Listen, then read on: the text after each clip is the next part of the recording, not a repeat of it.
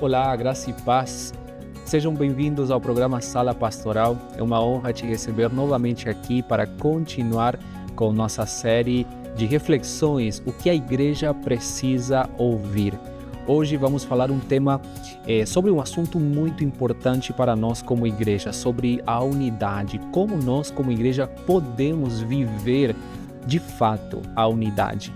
Mas antes de te apresentar o nosso convidado que vai nos ajudar a entender um pouquinho sobre esse assunto, eu te peço que você possa se inscrever aqui na TV Viva a Promessa, se você ainda não é inscrito, que você possa deixar o seu like e aproveite também para compartilhar esse programa com a sua igreja. O desafio dessa série é que você envie o link do programa lá no grupo da igreja, dos ministérios, para que mais pessoas possam ouvir sobre esse assunto tão importante. E é claro que você também pode ser um amigo da missão, ofertando, ajudando a TV Viva a Promessa para que nós continuemos produzindo conteúdos que possam abençoar a sua vida e a sua família. Fique ligado porque depois da nossa vinheta a gente volta.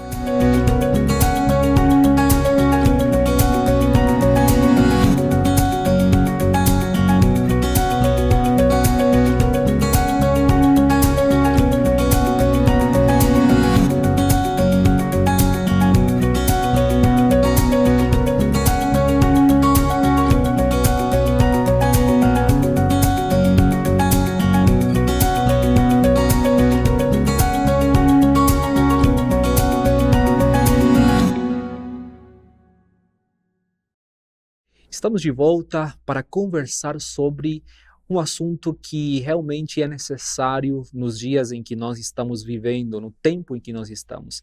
Como viver na prática a unidade em um mundo de tantas diferenças, de tanta polarização? Como nós, como igreja, podemos fazer a diferença nessa sociedade? Para isso, hoje nós vamos entrar aqui na sala do pastor Alan Rocha. Pastor, seja muito bem-vindo. Um prazer te receber aqui no Sala Pastoral. A paz de Cristo, Santi e todos os irmãos promessistas que acompanham aqui a TV Viva a Promessa. Feliz de estar aqui, contente, animado pelo tema. Que Deus nos abençoe aqui nessa reflexão, nessa conversa pastoral aqui sobre Amém. o tema.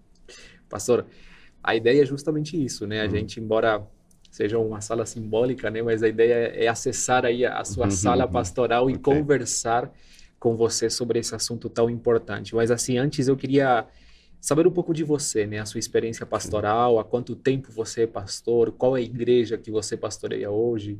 Ok. Eu sou o pastor Alan Rocha, sou pastor há 25 anos. Sim. 98, eu me formei aqui pelo Seminário Promessista, né, e comecei a carreira pastoral em 1999, né? A partir daí a gente começou esse ministério para a glória de Deus. E uma boa caminhada foi feita aí. Passei parte do tempo de pastoreio no Mato Grosso do Sul, né?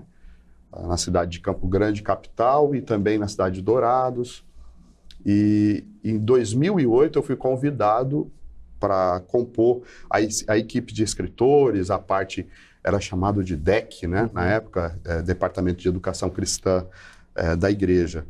E vim para São Paulo já todo esse tempo já aqui, sempre ajudando a igreja na produção de conteúdos, materiais, mas sempre pastoreando. Tá, aqui em São Paulo, pastoreei por 7, 8 anos a igreja em Edu Chaves, né? Uma igreja que fica aqui na zona norte de São Paulo. E atualmente eu estou pastoreando a igreja de Vila Medeiros. Já 4, 5 anos lá que eu estou nessa igreja, né? E então tem toda essa caminhada, né?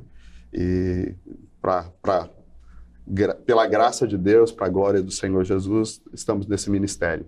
Que legal, pastor. Então, é uma experiência bem grande, né? E eu acho que o assunto que eu quero conversar com você é um assunto que é um desafio em cada momento, né, da igreja, em cada temporada, em cada geração, a gente é desafiado a viver a unidade, né? Certo. Porque existem diferenças de opiniões, de caráter, de dons, Uhum. e sempre é um desafio manter a igreja unida no mesmo propósito, né? Ok. E eu queria começar essa reflexão com você sobre um texto que, para mim, ele é fundamental e ele nos desafia nessa prática, Certo. que é o texto de Efésios 4, principalmente versículo 3, que Paulo fala assim: façam todo o esforço para conservar a unidade do Espírito pelo vínculo da paz.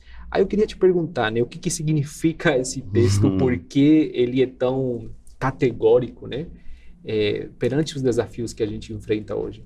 Ok.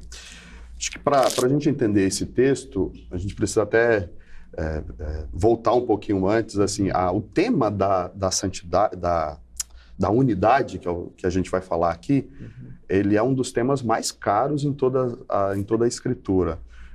É um dos pontos centrais do Evangelho, né? Esse tema da unidade. Sim. Se você quer entender a unidade, uma forma de se fazer isso é você voltar ao Éden, por exemplo, né?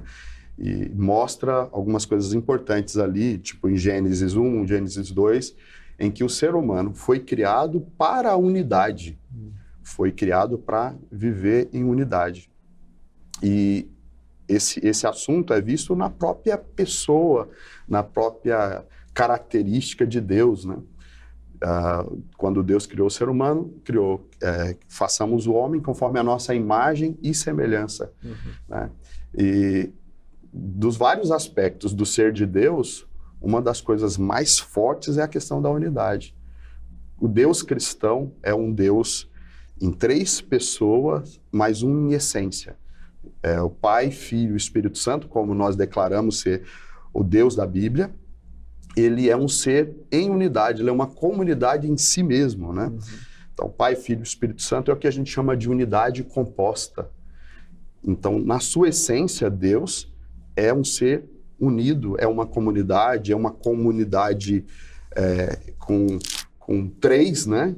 Que formam um. Sim. Quando Deus cria o ser humano, Deus criou o ser humano conforme a sua imagem e semelhança. Então, o ser humano também é um ser comunitário, ele é um ser que carece dessa unidade, e Deus não criou apenas o macho, ele criou o macho e a fêmea, né? Criou o homem e a mulher, conforme a Bíblia, para se constituir em família.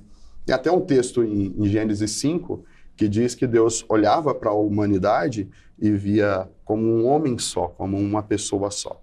Então, essa ideia é que o ser humano foi criado para viver em unidade entre os seus semelhantes, mas também em comunhão com o próprio Criador, em unidade com o Criador. Então isso faz parte da nossa essência, faz parte da nossa vida. O pecado entrou no mundo, arruinou tudo isso, colocando inimizade, primeiro com Deus, né? Em seguida entre Adão e Eva, com a natureza, ou seja, a comunhão, a unidade foi totalmente arruinada e destruída. Esse é um ponto interessante.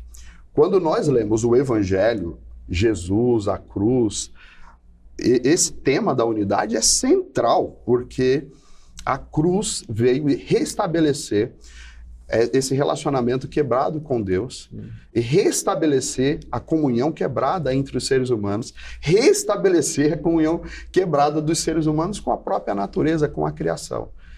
Um dos propósitos principais da cruz é essa unidade, né? Primeiro, restabelecendo a paz entre Deus e o homem, e depois igreja, né? como comunidade. Eu costumo dizer que o propósito da cruz não é apenas a salvação individual, isso é a primeira parte apenas. A segunda parte, tão importante quanto essa, é que aqueles que foram salvos por meio da cruz são unidos em igreja. E assim a gente vive o Evangelho de forma plena, de forma individual, mas também comunitária. Isso é viver o Evangelho. E um aspecto interessante sobre isso é a própria cruz, né? A cruz que a gente entende 2 barras, né? Uma barra vertical e uma barra horizontal. Então a cruz nos une a Deus, mas também a cruz nos une a Cristo, né? Nos une a Deus, né, no sentido vertical, mas horizontalmente une uns aos outros em igreja. Né? Então, pontuando assim a questão até teológica, bíblica, unidade é um termo e um tema assim muito caro na palavra, muito importante. A carta de Paulo aos Efésios tem esse tema como tema principal, né?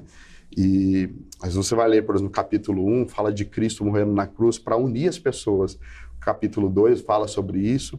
O tema desses 2 capítulos é para dizer assim, que Deus tinha um propósito original, que era ter uma humanidade unida.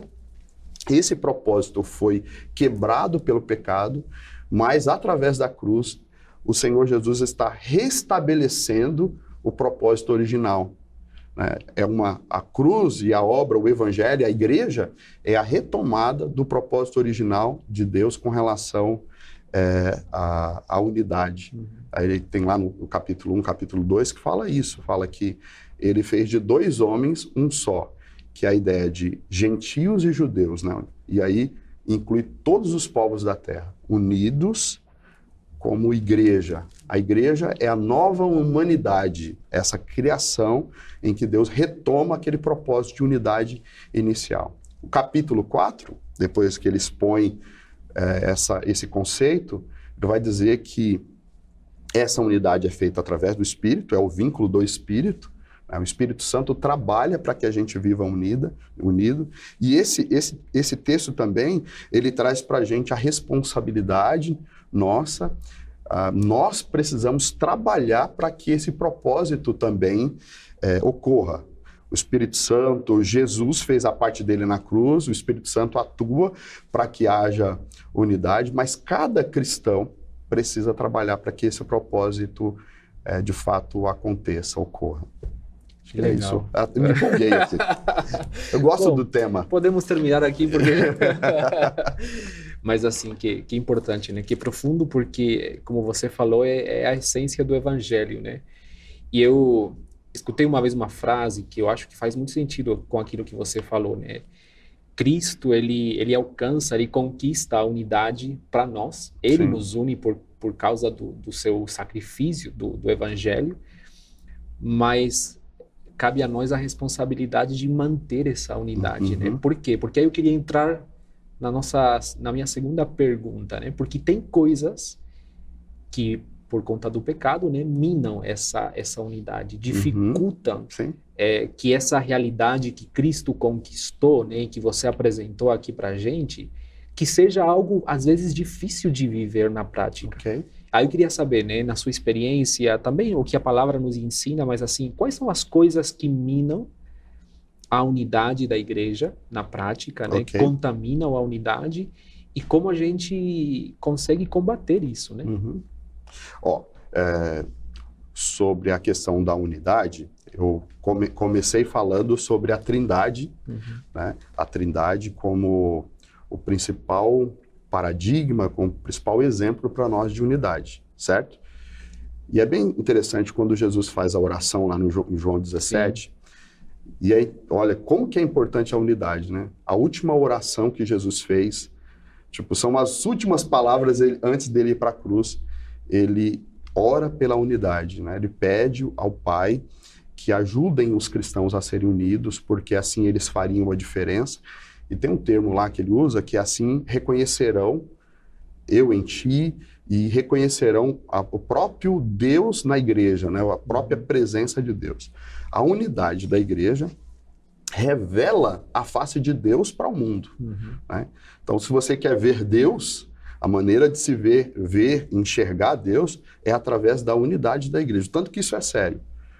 E é evidente que o reino das trevas vai se levantar de todas as formas para impedir essa unidade, porque essa unidade faz toda a diferença no mundo, transforma realidades, muda vidas, traz cura, é um meio de Deus atuar no mundo através dessa unidade, é através dessa unidade que Deus manifesta o seu poder, sua presença. Então, assim, de cara, eu entendo que o reino das trevas, Satanás e toda a sua hoste vai trabalhar para nos afastar. E o próprio afastar dessa comunhão e desse propósito.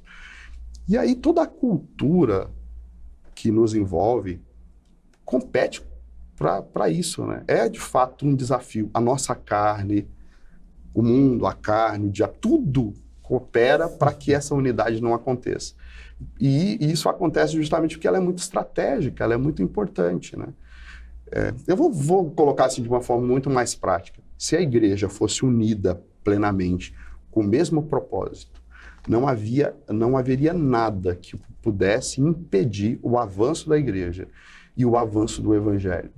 Então, há um monte de situações que boicotam esse progresso, né? Essa ideia. A Bíblia fala dos dons espirituais, cada um fazendo a sua parte, há um avanço. Então, há várias coisas que trabalham contra esse avanço. E a gente precisa estar atento, né? Às vezes, os partidarismos, a própria dificuldade do relacionamento, e tem a ver com a questão do pecado mesmo, né? Sim. Então, a gente tem dificuldade de conviver. A gente tem muita dificuldade nessa convivência. É desafiadora, mas é fundamental, né? Tem um filósofo chamado acho que foi Kierkegaard, se não me engano, que ele conta a parábola do porco-espinho, né? Ele fala que ele imagina uma situação assim em um período em que houve uma era glacial, em que todo o planeta congela, né? E a única maneira os animais começam a morrer e tudo começam a não suportar o frio, e havia uma manada de porcos-espinhos. Já viu essa história? Acho que já. Eles ficam ali num dilema e eles percebem que a única maneira de manterem vivos é se eles se juntassem, né? E aí, então eles se juntam e permanecem vivos. O problema é que ao estarem juntos, os espinhos perfuram um ao outro, né? E aí começa a ficar insuportável. Então eles, na dor da convivência, de estarem juntos, eles se separam. E ao se separarem, começam a morrer novamente. Isso é a história do dilema do porco-espinho, né? Manter junto e estar vivo, ou separado e morrer. Esse filósofo cristão, ele usa esse exemplo para dizer o quanto que é desafiador manter essa unidade, o quanto que é difícil. Porém, é essencial. Só tem sobrevivência espiritual se a igreja estiver unida, se nós andarmos juntos, se nós nos cooperarmos uns com os outros, que é o que o texto de Efésios fala para a gente, Efésios 4, né? Essa necessidade para o crescimento.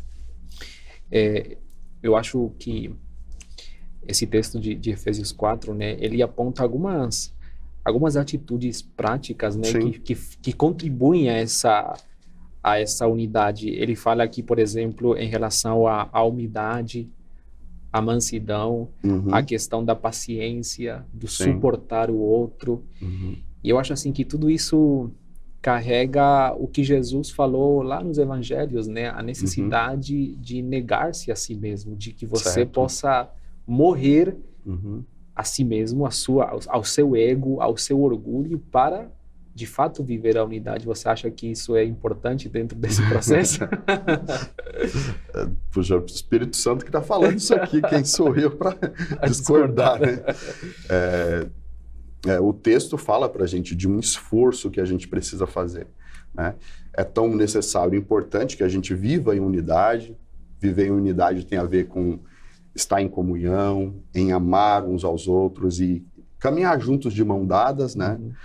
Como família. E isso é desafiador. A história do dilema do porco-espinho, né, de Kierkegaard, tem muito a ver com esse desafio e o esforço que a gente precisa ter. Então, o que o texto fala aqui, ó, Efésios 4, o versículo 3, ele fala: faça todo o esforço para conservar a unidade do vínculo, a unidade do Espírito pelo vínculo da paz.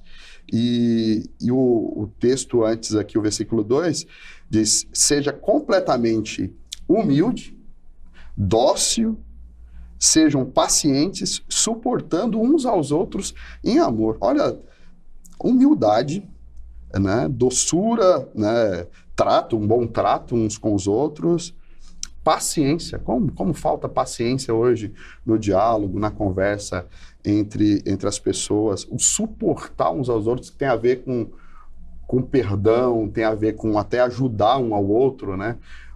Falta, assim, de fato, muita tolerância das pessoas, né? E esse esforço aqui, embora seja um esforço nosso, só é possível, segundo o versículo 3, através da ajuda do Espírito Santo. Então, a gente tem que orar mesmo para que a igreja esteja unida, para que a igreja esteja forte, tem a nossa participação nessas questões, né? Assim, a gente vive uma cultura que realmente é muito individualista, né? Vivemos uma cultura que o egoísmo, cada um pensa em si mesmo, né? Cada um tem o seu propósito, seu plano, e ninguém está interessado muito na história do outro, em ajudar o outro, esse egocentrismo, né? Você é o centro de tudo. Essas coisas são bem características da sociedade, do tempo em que a gente está vivendo. O Evangelho, a proposta de Cristo, o andar com Cristo, é uma proposta contrária e uma saída para essa realidade tão triste, né? Na verdade, assim, embora a cultura pregue isso, ensine isso, a gente vê a sociedade desesperadamente precisando de relacionamentos saudáveis. Essa competição que existe na sociedade, no meio corporativo, né? Essas disputas que existem, causam um desespero na alma humana que a gente sabe a resposta. E a resposta está no Evangelho e na igreja. A igreja pode ser a saída para esse homem e essa mulher solitários, né?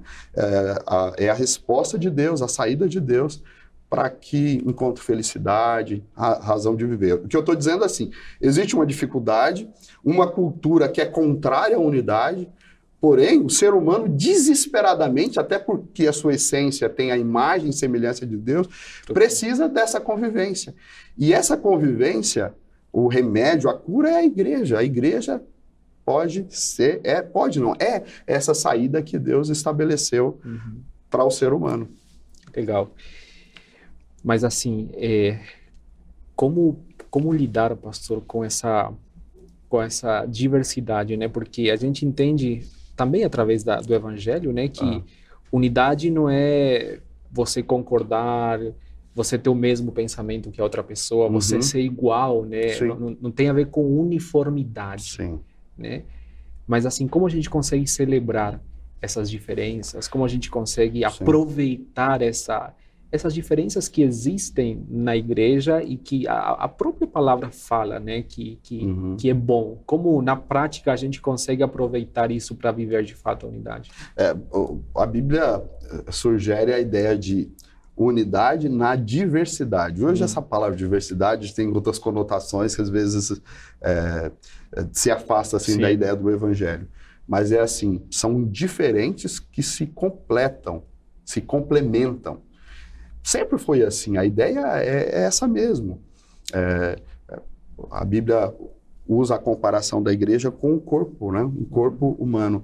Isso está lá em Romanos 12, 1 Coríntios 12, que usa essa metáfora do corpo humano para comparar a igreja, né? E a ideia é essa mesmo, que o texto lá de 1 Coríntios, nem todos são pés, nem todos são mãos, existe o ouvido, existe o nariz, né? Existem órgãos diferentes, e aí diz assim, não faria sentido o corpo se tudo fosse pé, ou se tudo fosse mão, né? Não faria sentido o texto lá de 1 Coríntios, a partir do versículo 11, fala isso, né? Que o ouvido, o olho não poderia dizer ao pé, não preciso de você, ou o pé não poderia dizer à mão, e assim sugere essa ideia de que a unidade não é a unidade de iguais, mas é a ideia de uma unidade de diferentes que se completam. E essa que é a graça.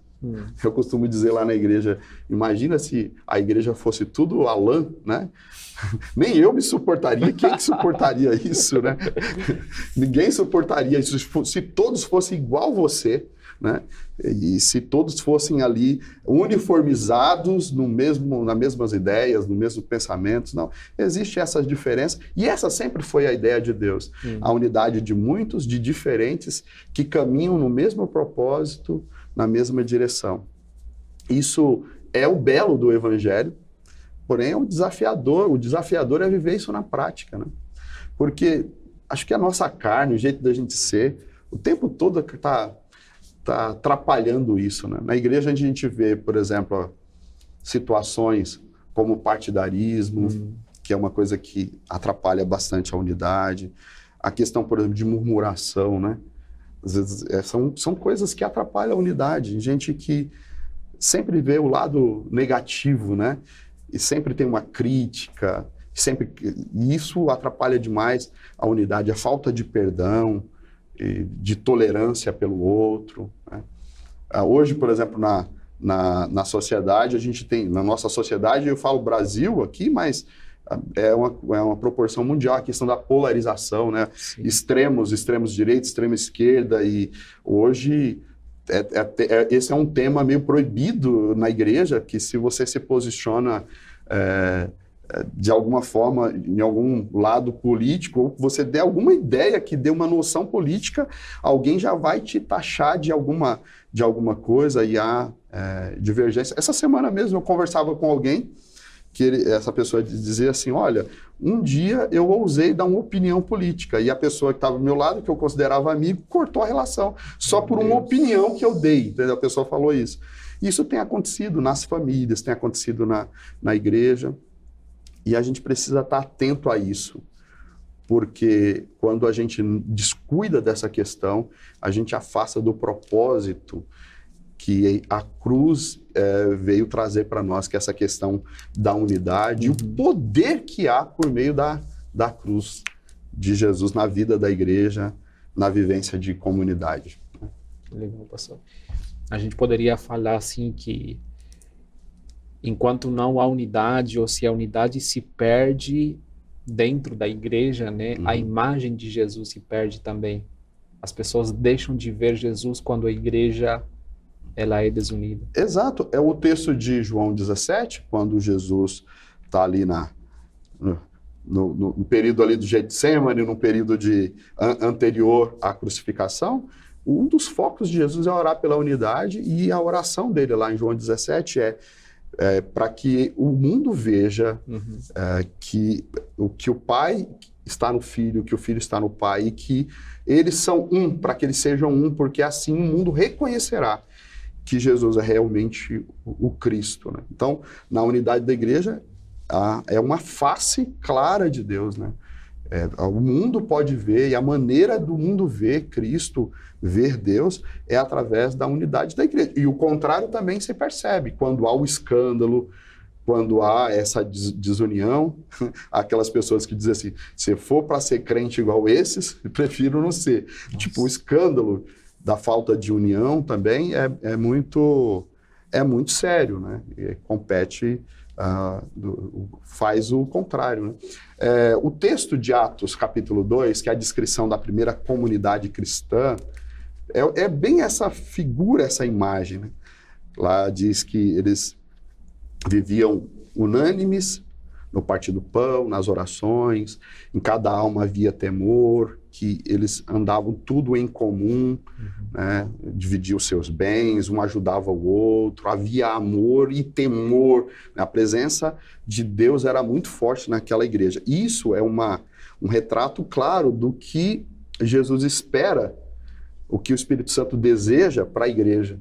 O quanto que essa unidade é bela, bonita, e o quanto ela é poderosa para causar um impacto. Nesse texto, especificamente, fala que o povo, que a igreja caía na graça do povo, ou seja, o povo olhava para a igreja e admirava a postura dos primeiros cristãos. Em outras palavras, eles olhavam e viam a diferença, olhavam e enxergavam Deus naquele negócio, naquela comunhão, naquela igreja tão simples, mas que fazia tanta diferença, né? Uau. Né? Pastor, muito bom, profundo, né? E teríamos que ter mais tempo aqui para entrar em mais temas dentro desse assunto tão importante, mas eu queria que você pudesse orar para encerrar esse momento aqui, orar pela igreja, né? Orar por esse assunto que é fundamental e que nós como igreja precisamos Sim. atender, né? Sim. E nos esforçar para que isso seja uma realidade, né? Então eu queria que você pudesse ter esse tempo de oração. Eu só queria dar uma palavra aqui final, dizer o seguinte, o quanto que a Bíblia coloca isso como um tema principal, Jesus ora por isso, e após o Pentecoste, aquela igreja descrita em Atos 2, 42 ao 47, descreve muito bem esse plano de Deus para a igreja. Isso tem a ver com a gente caminhar junto, caminhar sem muitos conflitos, ou se tendo conflitos, perdoarmos e caminharmos de mãos dadas. O próprio Jesus fala sobre a importância da concordância, ele fala se dois concordarem, coisas extraordinárias acontecem, né? Quando a igreja está unida, o quanto que isso é maravilhoso. O Salmo 133, por exemplo, lá diz quão bom e quão suave é que os irmãos vivam em união. Ele diz, é como o orvalho de Hermon, e o final do texto diz, ali o Senhor ordena bênção e vida para sempre. O que que isso ensina para nós como igreja? Que a unidade é algo belo, que chama a atenção pela beleza que é, mas não é só apenas algo belo, é algo terapêutico, é algo onde lá o texto diz, ali o Senhor manifesta bênçãos e vida, um lugar que há cura, que há transformação. A gente fala assim que a igreja é um ambiente terapêutico. Por isso precisa ter unidade. O mundo precisa dessa cura que a igreja tem, né? Quando a igreja não apercebe da importância da unidade, vive brigando em conflitos, vive em situações assim, que afastam o mundo do evangelho, né? Afasta o mundo daquilo que poderia ser a resposta, e a igreja deixa de ser esse milagre para a humanidade, deixa de ser esse espaço de cura para as pessoas, de transformação para as vidas. O próprio Jesus ora, e na oração dele, ele diz que a unidade, os cristãos andando juntos, usando seus dons e ministrando um na vida do outro. A ideia de Jesus é de uma amizade, né? De uma irmandade em que, de mão dadas, um ajuda, sempre um está importando com o outro. Ele diz que, através disso, o mundo conhecerá, ou seja, a unidade é uma estratégia missionária, missional. Quando a igreja é uma comunidade unida e forte, o mundo se converte a Cristo. É a melhor estratégia de evangelização, quando uma pessoa vai lá na comunidade, convive um pouco com os cristãos e diz, é isso que eu quero ser, é isso que eu estou precisando na minha vida. Essa foi a ideia estratégica de Jesus com relação à unidade. Então a gente precisa atentar para isso e orar por isso mesmo. Orar nesse sentido. E eu não sei, lá na igreja que eu pastoreio, a gente tem enfatizado, inclusive esse ano, um dos nossos temas é comunhão. Né? A importância da comunhão. Eu já preguei lá em algumas séries esse ano na igreja sobre a comunhão, porque nós entendemos como algo importantíssimo para a nossa comunidade local. Mas eu não sei como está a sua comunidade, como está a comunidade de você, irmão ou irmã que está me ouvindo aqui. Mas nós devemos sim orar pela nossa igreja local, para que Deus nos abençoe. Eu vou orar então nesse sentido, Amém, pastor. tá bom? Amém. Feche os seus olhos aí onde você estiver, e eu queria que você orasse pela sua igreja local, e orasse pela igreja de Cristo. Senhor, Jesus. nós nos colocamos na tua presença nesse momento, mediante o que nós falamos aqui, o que conversamos. Nós vimos aqui, nesse curto espaço de tempo, o quanto a unidade é um tema importante, tem a ver com a cruz, tem a ver com o evangelho, e que isso está no propósito do Senhor para nós. Que esta é uma maneira de evangelizar, que a unidade da igreja faz um ambiente transformador, um ambiente de cura para as pessoas. Eu sei também, meu Deus, que existem muitas coisas que competem, que tentam arruinar a unidade da igreja. Por isso, eu oro pela igreja que eu congrego, para que o Senhor esteja fortalecendo os vínculos, as amizades, o amor entre os cristãos. E eu oro por todas as igrejas aqui representadas nessa live, estão aqui assistindo esse programa agora, Senhor, em algum momento do dia, que o Senhor esteja abençoando cada família, cada igreja, cada pessoa, para que nós possamos, de fato, viver essa unidade transformadora do Evangelho através dessa comunidade santa chamada igreja, a comunidade dos discípulos de Jesus que vivem em amor. Essa é uma realidade que nós desejamos, que nós pedimos. Espírito Santo, vem nos ajudar nisso e abençoa cada igreja aqui representada, de pessoas que estão nos assistindo, que estão orando conosco aqui. Eu oro dessa forma, no nome do Senhor Jesus. Amém. Jesus. Amém. Muito obrigado, pastor Alain. Deus abençoe a sua vida, seu ministério. Foi uma honra conversar com você aqui. Amém. Eu que agradeço o convite, muito feliz de estar aqui junto. Amém. E obrigado a você que ficou até o final desse programa. Nós te esperamos na próxima sexta-feira para continuar com essa série O que a Igreja Precisa Ouvir. Que você possa continuar sendo abençoado.